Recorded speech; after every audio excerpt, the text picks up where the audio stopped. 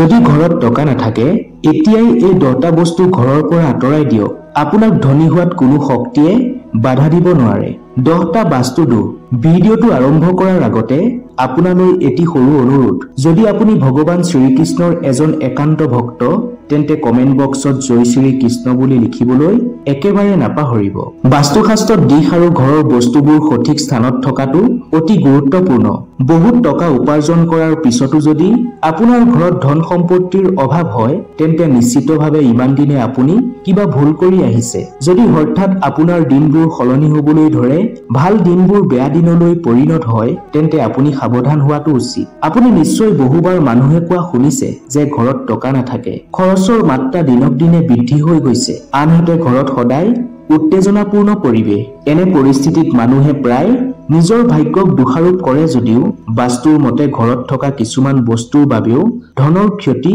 আৰু সমস্যাৰ সৃষ্টি হয় যদি আপোনাৰ লগত এনেকুৱা হ'বলৈ আৰম্ভ কৰে তেন্তে নিজৰ ঘৰতে থকা বস্তুবোৰৰ প্ৰতি মনোযোগ দিয়ক ঘৰত থকা প্ৰতিটো বস্তুৰ পৰা ধনাত্মক আৰু ঋণাত্মক শক্তি নিৰ্গত হয় এনে পৰিস্থিতিত এই ঘৰবোৰত বসবাস কৰা লোকসকল এই শক্তিসমূহৰ দ্বাৰা প্ৰভাৱিত হয় ঘৰখনত যদি ঋণাত্মক শক্তি থকা কিবা এটা থাকে তেন্তে ব্যক্তিজনে সকলো ধৰণৰ মানসিক আৰ্থিক আৰু শাৰীৰিক সমস্যাৰ সন্মুখীন হ'বলগীয়া হয় জ্যোতিষৰ পৰা বাস্তুশাস্ত্ৰলৈকে সুখ সমৃদ্ধি আৰু ইতিবাচকতাৰ বাবে বহুতো নিয়ম বিশদভাৱে ব্যাখ্যা কৰা হৈছে বহুতে বাস্তুক বিশ্বাস কৰে আৰু বাস্তুৰ মতে সকলো বস্তু নিজৰ ঘৰৰ সঠিক স্থানত ৰাখে যিটো অনুসৰণ কৰাটো অতি প্ৰয়োজন বহু সময়ত কোনো সৰু বস্তুৰ বাবেও মানুহৰ ভাগ্য বন্ধ হৈ পৰে বা কোনো ধৰণৰ দুৰ্যোগৰ সন্মুখীন হ'বলগীয়া হয় মনত ৰাখিব নিৰ্জীৱ বস্তুৰ নিজস্ব শক্তি থাকে বাস্তুশাস্ত্ৰত ঘৰৰ লগত জড়িত বহু কথা বিতংভাৱে বুজাই দিয়া হৈছে যদি এইখিনি নিয়ম মানি চলে তেন্তে ঘৰখনলৈ সুখ শান্তি আনন্দৰ লগতে ইতিবাচক শক্তি বৃদ্ধি হয় ঘৰৰ প্ৰতিটো বস্তুৰ পৰাই ধনাত্মক আৰু ঋণাত্মক শক্তি ওলাই আহে এনে পৰিস্থিতিত এই ঘৰবোৰত বসবাস কৰা লোকসকল এই শক্তিসমূহৰ দ্বাৰা প্ৰভাৱিত হয় ঘৰখনত যদি ঋণাত্মক শক্তি থকা কিবা এটা থাকে তেন্তে ব্যক্তিজনে সকলো ধৰণৰ মানসিক আৰ্থিক আৰু শাৰীৰিক সমস্যাৰ সন্মুখীন হ'বলগীয়া হয় বাস্তুশাস্ত্ৰৰ মতে ঘৰত কি ৰাখিব লাগে কি ৰাখিব নালাগে সেই বিষয়ে জনাটো গুৰুত্বপূৰ্ণ কোনবোৰ বস্তু ঘৰত ৰাখিব নালাগে যিবোৰে ঘৰত নেতিবাচক শক্তি বিয়পায় আৰু জীৱন দুৰ্বিষহ হৈ পৰে প্ৰথমে আমি আপোনালোকক সেইবোৰ কথা কম যিবোৰৰ বিষয়ে আপুনি নাজানে প্ৰিয় দৰ্শক আপোনালৈ আমাৰ এটি সৰু অনুৰোধ যদি আপুনি প্ৰথমবাৰৰ বাবে আমাৰ চেনেলটো ভিজিট কৰিছে তেন্তে আমাৰ চেনেলটো সাবস্ক্ৰাইব কৰিবলৈ একেবাৰে নাপাহৰিব ভিডিঅটো ভাল লাগিলে বন্ধু বান্ধৱীৰ লগত শ্বেয়াৰ কৰিব নম্বৰ 1 যিকোনো দেৱতা বা দেৱীৰ যিকোনো মূৰ্তি বা ছবি ফটো আৰু পুৰণি ছবি ভঙা দেৱতাৰ মূৰ্তি আৰ্থিক লোকচানৰ সৃষ্টি কৰে সেয়েহে আমি আপোনালোকক অনুৰোধ কৰিছো যে তেওঁলোকক এখন পবিত্ৰ নদীত উটুৱাই দিব লাগে ইয়াৰ বাহিৰেও ঘৰটো দেৱতাৰ ছবিৰে সজোৱা উচিত নহয় কিছুমান মানুহে বহু মূৰ্তি সংগ্ৰহ কৰে যিয়ে বাস্তুদোষৰ সৃষ্টি কৰে তেওঁলোকৰ ছবি বা মূৰ্তিৰ সংখ্যা আৰু স্থান নিৰ্দিষ্ট ইয়াৰ বাহিৰেও আজিকালি কিছু সংখ্যক মানুহে শিৱই চিলিং বা ভৈৰৱক উগ্ৰ ৰূপত ধূমপান কৰাৰ দৰে ফটো ঘৰৰ দেৱালত ওলমাই ৰাখে তেনে ফটো ঘৰৰ পৰা আঁতৰাই থব লাগে নম্বৰ 2 বাস্তুশাস্ত্ৰৰ মতে কেতিয়াও ঘৰত বা অফিসত বাদুলি শগুন কপৌ বা কাউৰী আদি চৰাই আৰু জীৱ-জন্তুৰ ছবি কেতিয়াও নাৰাখিব এইবোৰে আপোনাৰ পৰিবেশত হিংসাত্মক মনোভাৱ প্ৰসাৰ ঘটায় উপহাৰ হিচাপে ৰুমাল কাৰোবাৰ পৰা ৰুমাল উপহাৰ হিচাপে লোৱা বা কাৰোবাৰ ৰুমাল ব্যৱহাৰ কৰাটো আপোনাৰ বাবে লোকচান হ'ব পাৰে বাস্তুশাস্ত্ৰত কাৰোবাৰ পৰা ৰুমাল বিনামূলীয়াকৈ লোৱা নিষেধ এনে কৰিলে ব্যক্তিজনৰ লগত কাজিয়া হ'ব পাৰে আৰু সম্পৰ্কটো টেঙা হৈ পৰিব পাৰে নম্বৰ 3 যদি আপুনি পাৰ্স ৰাখি ভাল পায় তেন্তে বাস্তুৰ নিয়মবোৰ জানি লওক পবিত্ৰ সামগ্ৰী পাৰ্স নিৰাপদত ৰাখক যিয়ে ইতিবাচক শক্তিৰ সঞ্চাৰ কৰে বাস্তুশাস্ত্ৰৰ মতে ফটা বা ভঙা বস্তু কেতিয়াও ঘৰত সংৰক্ষণ কৰি ৰাখিব নালাগে হিচৰিত হৈ থকা ধন কেতিয়াও পকেটত নাৰাখিব নম্বৰ 4 ভঙা বস্তুবোৰ যেনে ভঙা বাচন বৰ্তন আইনা ইলেক্ট্ৰনিক বস্তু ছবি লেম্প বিছনা ঘড়ী ঝাৰু মগ আদি ঘৰত ৰাখিব নালাগে ইয়াৰ ফলত ঘৰত ঋণাত্মক শক্তিৰ সৃষ্টি হয় আৰু ধনাত্মক শক্তি ঘৰৰ পৰা ওলাই যায় আৰু ব্যক্তিজন মানসিক সমস্যাত ভুগিবলগীয়া হয় যদি ঘৰত কিবা ভঙা বস্তু আছে তেন্তে মেৰামতি কৰি লওক নহলে ঘৰৰ পৰা বাহিৰলৈ পেলাই দিওক এনে বস্তুবোৰে ঋণাত্মক শক্তিৰ সৃষ্টি কৰে নম্বৰ 5 পূজা কলহ খালীকৈ ৰখাটো একেবাৰে অশুভ ইয়াৰ দ্বাৰা বাস্তুদোষ উৎপন্ন হয় পূজা ঘৰত ৰখা কলহ কেতিয়াও খালীকৈ নাৰাখিব আপোনাক কওঁ যে ব্ৰহ্মা, বিষ্ণু আৰু মহেশ্বৰ পূজা কলহত বাস কৰে। পূজা কলহ এটা এজন ব্যক্তিৰ জীৱনৰ লগত জড়িত। যদি পূজা কলহ সঠিকভাৱে ৰখা নহয় তেন্তে আপোনাৰ জীৱনত নানা সমস্যাৰ সৃষ্টি হ'ব পাৰে। কেতিয়াও কলহ খালীকৈ নাৰাখিব। গংগা জলেৰে কলহটো ভৰাই থব লাগে। ইয়াৰ দ্বাৰা ঘৰখনলৈ সুখ আৰু সমৃদ্ধিৰ আগমন হয় আৰু প্ৰগতিৰ সকলো দুৱাৰ মুকলি হয়। নম্বৰ 6, সজ্জাগত বস্তু বা শিল্পকৰ্ম। কিছুমান মানুহে ঘৰখনত কলাত্মক ৰূপ দিবলৈ নকল বা কাঁইটীয়া গছ ৰোপণ কৰে। বাস্তুশাস্ত্ৰৰ মতে ঘৰত কাঁইটীয়া গছ-গছনি ৰোপণ নকৰিব। ইয়াৰ ফলত পতি-পত্নীৰ মাজত হাই-কাজিয়া সৃষ্টি হয়, যিয়ে ঘৰৰ সকলো সদস্যৰ মনত অশান্তিৰ সৃষ্টি কৰে।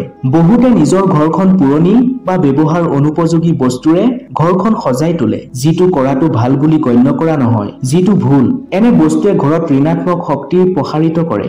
বাস্তুৰ মতে ঘৰত ঋণাত্মক শক্তি বৃদ্ধি হলে ইয়াৰ লগত স্বাস্থ্য সম্পৰ্কীয় সমস্যাও হ'ব পাৰে। যদি শিল্পকৰ্মৰ নামত কিছুমান বস্তু বা চিত্ৰ য'ত শুকান গছ-গছনি বা কোনো নিৰ্জন নগৰৰ চিত্ৰ আছে বা সিঁচৰিত হৈ থকা ঘৰ আছে, যিবোৰক কলাত্মক বুলি গণ্য কৰা হয়, কিন্তু বাস্তুশাস্ত্ৰৰ মতে এই সকলোবোৰ ঋণাত্মক শক্তিৰ সৃষ্টি কৰে। নম্বৰ 7, ক্ষতিকাৰক বস্তু। প্ৰিয় দৰ্শক, ঘৰত এনে বহু ক্ষতিকাৰক বস্তু আছে যিবোৰ ঘৰত ৰাখিলে ঘৰৰ পৰিৱেশ বিষাক্ত হৈ পৰে। এইবোৰ চকুৰে দেখা নাযায়, কিন্তু ইয়াৰ বাবেই বায়ুৰ মানদণ্ড সলনি হয়। আমাৰ ঘৰৰ চাৰিওফালে বহুতো বস্তু আছে, যেনে ঘৰৰ ইফালে সিফালে বহুত ঔষধৰ বটল, ভঙা-চিঙা কাঁচৰ টুকুৰা, বিভিন্ন বেয়া হৈ যোৱা ইলেক্ট্ৰনিক সামগ্ৰী আৰু শৌচাগাৰ চাফা কৰা ডিটাৰজেণ্ট, বিষাক্ত ৰাসায়নিক পদাৰ্থ, কীটনাশক ঔষধৰ বটল, সকলো ধৰণৰ ক্ষতিকাৰক বস্তু এটা নিৰ্দিষ্ট ঠাইত ৰাখিব লাগে। এনেবোৰ বস্তুৰ বাবে এটা সুকীয়া কাঠ বা লোহাৰৰ বাকচ বনাই তাত ৰাখক,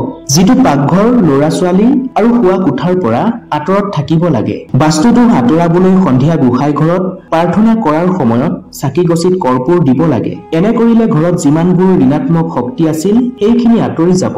ঘৰৰ যিকোনো ঠাইত যদি বাস্তুদোষৰ সৃষ্টি হৈ আছে তেন্তে তাত 2টা কৰ্পূৰ ৰাখক। যদি আপুনি এনেদৰে কৰিব পাৰে তেন্তে বাস্তুদোষৰ সৃষ্টি নহয়। নম্বৰ 8, মকৰা জাল। প্ৰিয় দৰ্শক, ঘৰত গঠিত হোৱা মকৰা জালবোৰ লগে লগে আঁতৰাই পেলাওক। এইবোৰে আপোনাক ভাল দিনবোৰ বেয়া দিনলৈ সলনি কৰিব পাৰে। ভালদৰে চালে ঘৰৰ চুক কোণত মকৰা জাল পোৱা যাব আৰু ইয়াক আঁতৰাই পেলাব লাগে। কিছুমান মানুহে সেইবোৰ আঁতৰাই পেলাবলৈ ভয় কৰে কাৰণ ই কাৰোবাৰ ঘৰ ধ্বংস কৰাৰ দৰে অনুভৱ হয়। কিন্তু এই মকৰা জালবোৰ ভাঙি পেলোৱাটো প্ৰয়োজন, কাৰণ মকৰাটোৱে বাস কৰিবলৈ জালখন নবনায়, বৰঞ্চ চিকাৰী ফান্দত পেলাবলৈহে বনায়। গতিকে ঘৰত যদি মকৰা জাল আছে আজিয়েই আঁতৰাই দিয়ক। জুইশলা বাকচ হৈছে জুইৰ প্ৰতীক। এনে পৰিস্থিতিত কাৰোবাৰ পৰা জুইশলা লোৱা মানে ঘৰত অশান্তি বিয়পাই দিয়া। বিনামূলীয়াকৈ জুইশলা গ্ৰহণ কৰিলে পৰিয়ালৰ লোকৰ মনত ক্ষোভৰ সৃষ্টি হয় আৰু অশান্তিৰ পৰিৱেশ সৃষ্টি হয়। নম্বৰ 9, শিলৰত্ন। প্ৰিয় দৰ্শক, আপুনি নিশ্চয় লক্ষ্য কৰিছে যে বহুতে ঘৰত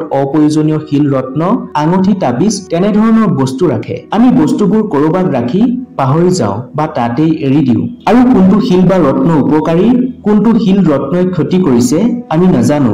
গতিকে ঘৰৰ পৰা এনেবোৰ বস্তু পেলাই দিয়ক। প্ৰিয় দৰ্শক, বাস্তুশাস্ত্ৰৰ মতে এটা সৰু শিলেও আপোনাক সৌভাগ্যক দুৰ্ভাগ্যলৈ পৰিণত কৰাৰ ক্ষমতা থাকে। যদি ইয়াক ঘৰত ৰখা হয় তেন্তে ইয়াৰ শক্তিয়ে লাহে লাহে আপোনাৰ ঘৰৰ পৰিৱেশ সলনি কৰিব। নম্বৰ 10, সোফা, চকী আৰু টেবুল। প্ৰিয় দৰ্শক, যদি আপোনাৰ ঘৰত চকী বা টেবুল ভঙা হয় তেন্তে তৎক্ষণাৎ ঘৰৰ পৰা আঁতৰাই পেলাওক বা মেৰামতি কৰাওক। ই আপোনাৰ ধন আৰু প্ৰগতি বন্ধ কৰি দিয়ে। ভঙা চকী, সোফা বা টেবুলত বাস্তুদোষৰ উৎপন্ন হয়। ই ধুনীয়া আৰু পৰিষ্কাৰ হ'ব পাৰে, কিন্তু কেতিয়াবা ইয়াৰ ডিজাইন বা আকৃতিয়ে ঘৰত ঋণাত্মক শক্তি বিকাশ ঘটায়। গতিকে বিশেষজ্ঞ বা বাস্তু বিশেষজ্ঞৰ পৰামৰ্শ লোৱাৰ পিছতহে এইবোৰ কিনিব। যদি ঘৰৰ দুৱাৰখন দক্ষিণ দিশত হয় তেন্তে বাস্তুদোষ থাকিব। যদি আপোনাৰ ঘৰখন দক্ষিণমুখী তেন্তে প্ৰথমে ঘৰৰ সন্মুখৰ দুৱাৰৰ পৰা 2 গুণ দূৰত্বত নিম গছ ৰোপণ কৰক। দ্বিতীয়তে দুৱাৰৰ ওপৰত পঞ্চমুখী হনুমানৰ ছবি এখন ৰাখক। মূল দুৱাৰৰ ওপৰত পঞ্চধাতু পিৰামিড স্থাপন কৰিলেও বাস্তুদোষ অন্ত পৰে। গণেশজীৰ 2টা শিলৰ মূৰ্তি বনাই লওক, যাৰ পিঠি ইটোৱে সিটোৰ লগত সংযুক্ত হৈ আছে। মূল দুৱাৰৰ মাজৰ দুৱাৰৰ ফ্ৰেমত এই সংযুক্ত গণেশ মূৰ্তিটো স্থাপন কৰক, যাতে এজন গণেশজীয়ে ভিতৰলৈ আৰু আনজনে বাহিৰলৈ চায়। ঘৰৰ পৰা বাস্তুদোষ নিৰ্মূল কৰিবলৈ সুন্দৰাকাণ্ড বা ৰামচৰিত পঢ়ক। ঘৰৰ পৰা বাস্তুদোষ আঁতৰাবলৈ সময়ে সময়ে ৰামচৰিত পঢ়ক অথবা সুন্দৰাকাণ্ড আবৃত্তি কৰি থাকিব। ইয়াৰ দ্বাৰা ঘৰৰ পৰা নেতিবাচক শক্তি ওলাই যাব। তেল। সাধাৰণতে শনিদেৱক তেওঁৰ ক্ৰোধৰ পৰা হাত সাৰিবলৈ আৰু তেওঁৰ আশীৰ্বাদ পাবলৈ তেল আগবঢ়োৱা হয়, কিন্তু কাৰোবাৰ পৰা বিনামূলীয়াকৈ তেল লোৱাটো আপোনাৰ বাবে অতি ব্যয়বহুল বুলি প্ৰমাণিত হ'ব পাৰে। তেনে কৰিলে আপুনি হয়তো আৰ্থিক সংকটৰ সন্মুখীন হ'ব লাগিব।